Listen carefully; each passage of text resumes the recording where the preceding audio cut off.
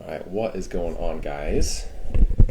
I'm excited to be talking about our topic today, which is going to be pre and post workout nutrition and supplementation.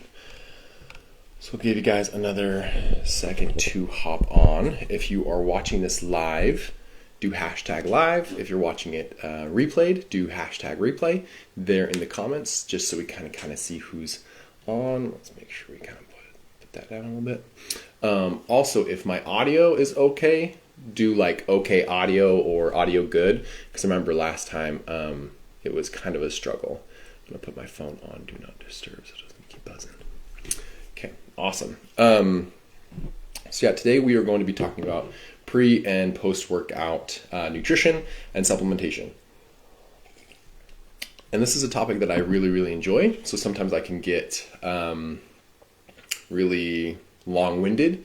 I sat down to kind of write out some notes for today and just kept getting longer and longer. So hopefully I can kind of dial it in and kind of get you the meat and potatoes, no pun intended, and we can kind of get on with our night. So excited to be here. Once again, if you are live, hashtag live. If you're on replay, hashtag replay. And then if the audio is okay, let me know, just because I've had some issues in the past. So talking about pre-workout nutrition. So we'll talk nutrition because that's obviously the most important. And then we'll talk supplementation, because that's exactly what supplements should be, is just that little kind of cherry on top. But most of what we talk about and what we do should be from our nutrition. So as far as working out on an empty stomach, there's a big myth that by doing fasted cardio or fasted workouts or something like that, you're going to be burning more fat. So they've done a lot of studies. This has been something that's been kind of like ongoing. And the more studies and peer-reviewed articles that come out, it kind of shows that for fat loss specifically, whether you work out in a fed state or a fasted state, it doesn't really matter. What matters is your overall calories. So that's the most important thing. But some things that can come into a factor is, if you exercise on an empty stomach and you feel lightheaded and you feel dizzy, then you probably need a little bit more, faster digesting carbs before your workout, just so that then you can stabilize your blood sugar while you are exercising. So in that case, being in a fed state would be better for you. I personally typically work out in a fasted state just because I work out at 5 o'clock in the morning. I don't feel like eating anything before I go to the gym, and so it just works out better for me and my schedule. But whether you eat in a fasted state or a fed state, all else being equal, it's going to be equal. Now, if you do choose to eat pre-workout, something that you want to focus on is, it just went darker. I don't know if that's my eyes or what, but we'll keep going. Maybe it's because I'm looking at my screen as well. If you do choose to work out in a fed state, I would usually recommend keeping it a small meal. If you do eat a large meal, waiting, 45 to 60 minutes, even maybe upwards of 90 minutes before exercising, just that way, and as well as depending on how hard you're working out and everything like that, you don't want to, cause bloating or digestive issues or upset stomach or some of those negative things. So typically keeping the meals or the snacks a little bit smaller. You'll want to focus on like fast digesting carbs. So essentially fruits, toasts, potatoes, oats, maybe like a small bowl of cereal, something like that, that's going to be quick, a little bit smaller, stabilize the blood sugar, that type of thing. And maybe a little bit of protein depending on how long between when you eat and then when you exercise. Maybe having a little bit of protein, egg whites, protein powders, chicken, turkey.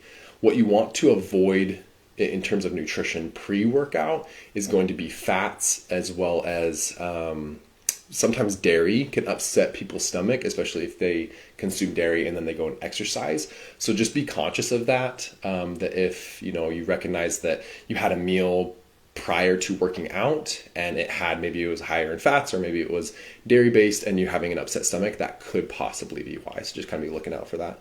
As far as post workout goes, so once again, kind of that 30 to 90 minute mark, the benefits of eating like a higher protein meal is it's going to enhance your recovery. It's going to restore those glycogen levels with proteins and carbs. It's going to increase what's called muscle protein synthesis, which is like kind of your body's utilization of those proteins and utilizing them to rebuild your muscles. And then it's also going to decrease muscle protein breakdown, which is something that happens when you exercise. So another common myth, just like working out in a fasted state is better for fat loss. Another common myth is what's called the anabolic window, where 30 minutes after your workout, you have to get all of this protein in because it's the best right then. And if you don't have it then it's not going to be utilized and all of that crazy stuff. There is a elevation of muscle protein synthesis, like your body does want more and can utilize more protein after you strength train, but it's not a 30-minute window. It's typically really heightened for a few hours, and it is elevated for 24 to 48 hours. So it's not like this, you have to eat 30 grams of protein post-workout or else you miss it. That's just not the case. That's not how nutrition works.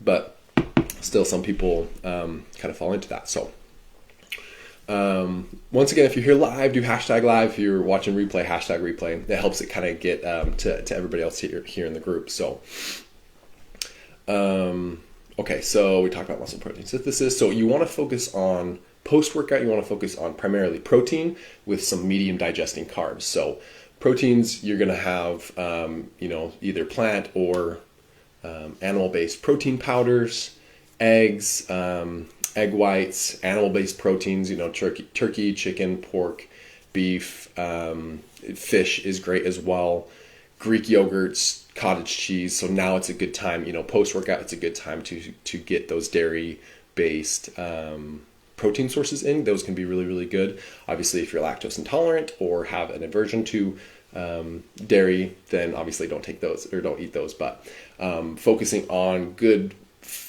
complete protein sources post-workout, as well as like medium digesting carbs, so sweet potatoes, oats, whole grains, that type of thing is going to be really beneficial for you. As far as, so that's nutrition goes. And as always, if you have any questions, put it there in the comments about like pre or post-workout nutrition. Even if you're watching this on replay, you can put that and then maybe tag me, and then I can hop on and answer any questions that you have about that. As far as supplementation goes, I used to own a supplement company, and this is something that I'm really passionate about just because, I don't know, I love it. I really enjoy it. But unfortunately, there's so much misinformation and so much marketing and hype goes into supplements, goes into specifically workout supplements, that sometimes the hype is a lot better than what actually you can actually get out of the supplement. So the main thing for me, what I look for in a pre-workout supplement that helps me with the workout, is it's going to prime not only my body but also my mind for the workout. Especially working out in the morning in a fasted state, I kind of roll out of bed and I try my best to be on it, but life gets in the way sometimes.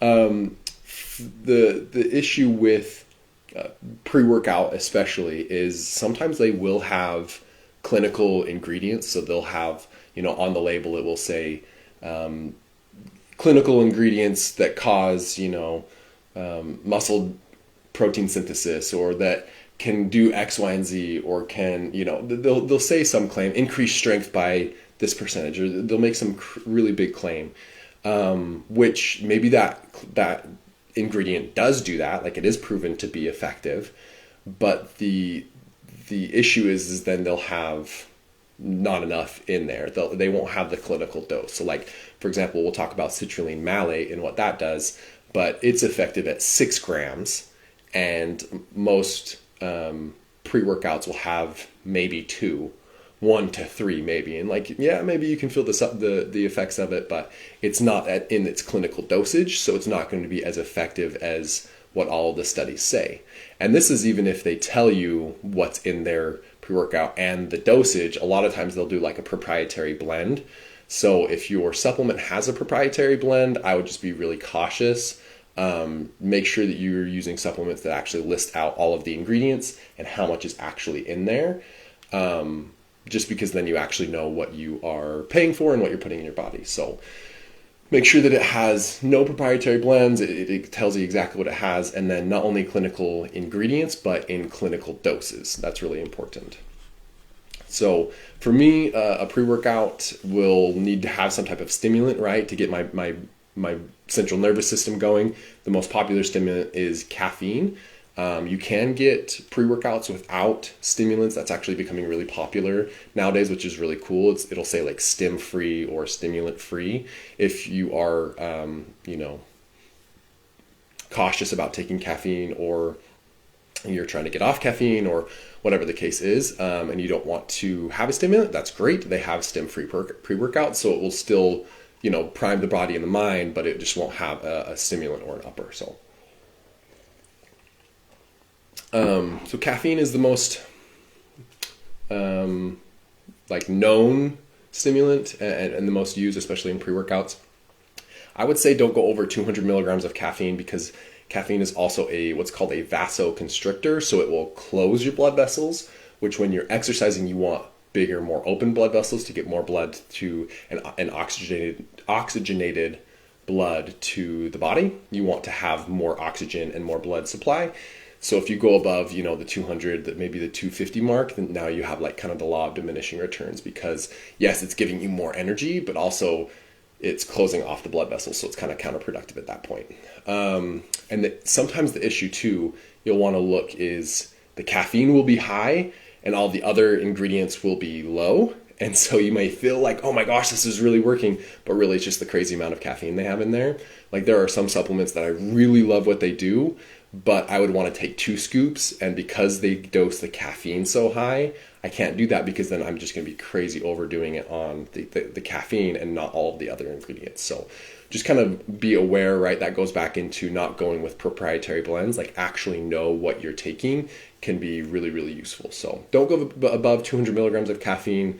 And as always with any type of supplement or anything that you're doing, assess your tolerance, right? A lot of times they will have this on the bottle, but it's always a good reminder that if you're trying something new, do like a fourth a scoop or a half a scoop, or start slow and build up, just so that you can kind of assess how it affects you, because every human being is different, and therefore it'll affect everybody a little bit differently as well. So the other thing that a pre-workout should have, it's opposite of what caffeine does, which is a vasoconstrictor, is a vasodilator, right? It's going to open up the blood vessels. It's going to get more blood and oxygen to the muscles that we're working, which then that makes them more productive. It increases energy production. There's just like a lot of other great physiological effects of having more blood in the system or flowing through the system.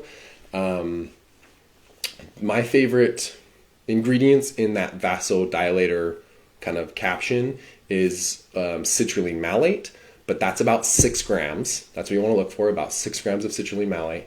And then there's another one that's kind of in the up and coming. It's called agmatine, which clinical dose on that is about 2 grams. So make sure that if you look on the back in the supplement facts that it has that. Arginine was really, really popular back in the day, but it has since been kind of debunked or proven not as effective as citrulline, especially citrulline malate, because it's bonded to a malic acid. I don't want to get in the weeds of it. Like I said, I can be really long-winded when it comes to this stuff. My wife always gets after me. Keep it short, keep it simple. Nobody cares about the scientific things, so I'm going to try to keep us going here. So citrulline malate, 6 grams, or agmatine, 2 grams. Vasodilator opens up the blood vessels, gets more blood and oxygen to the muscles that we're working, which is the whole purpose of a vasodilator. Then we have an ingredient that's called BetaAlanine, which if you've ever taken pre-workout before, that's the thing that gives you like kind of the tingle or the itch. The reason that is it actually attaches to the nerve endings and gets those to fire, which is kind of the byproduct. That's not the reason that you take it.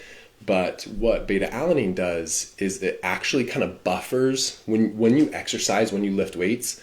there's a metabolic process that is happening within the muscle to cause that movement, kind of that energy production. And what beta-alanine does is it kind of buffers that. Sorry, I just hit the camera. It kind of buffers that. So it raises the pH, which allows you to kind of get out, 2 or 3 more reps without feeling the burn or the tiredness. So it just kind of helps with pushing your body a little bit harder. Obviously in a safe way, because it's within the muscle. It's not like, you're going to hurt yourself doing it that way with the beta-alanine. It definitely helps. Is this making sense? Do hashtag makes sense there in the comments. So caffeine, vasodilator, beta-alanine, that is 3 grams is the clinical dose, is 3 grams. That itch starts happening at 750 milligrams statistically. So if you don't love that itch, you can get pre-workouts without beta-alanine. Once again, don't go with proprietary blends, so you actually know what you're getting, and make sure it doesn't have it, or, with everything, start slow and build up into it. The other thing that I typically look for in a pre-workout is what's called a nootropic, which kind of is just like a brain enhancer, right? Sometimes it will increase dopamine, and these are very small increases. It's nothing like a drug or something intense. These are like really, really small boosts that it actually goes a different way, where it causes your body to produce that in a more natural way versus, actually supplying the body with that, or the brain with that. So it's not like you're, actually giving yourself dopamine dosages, if that makes sense.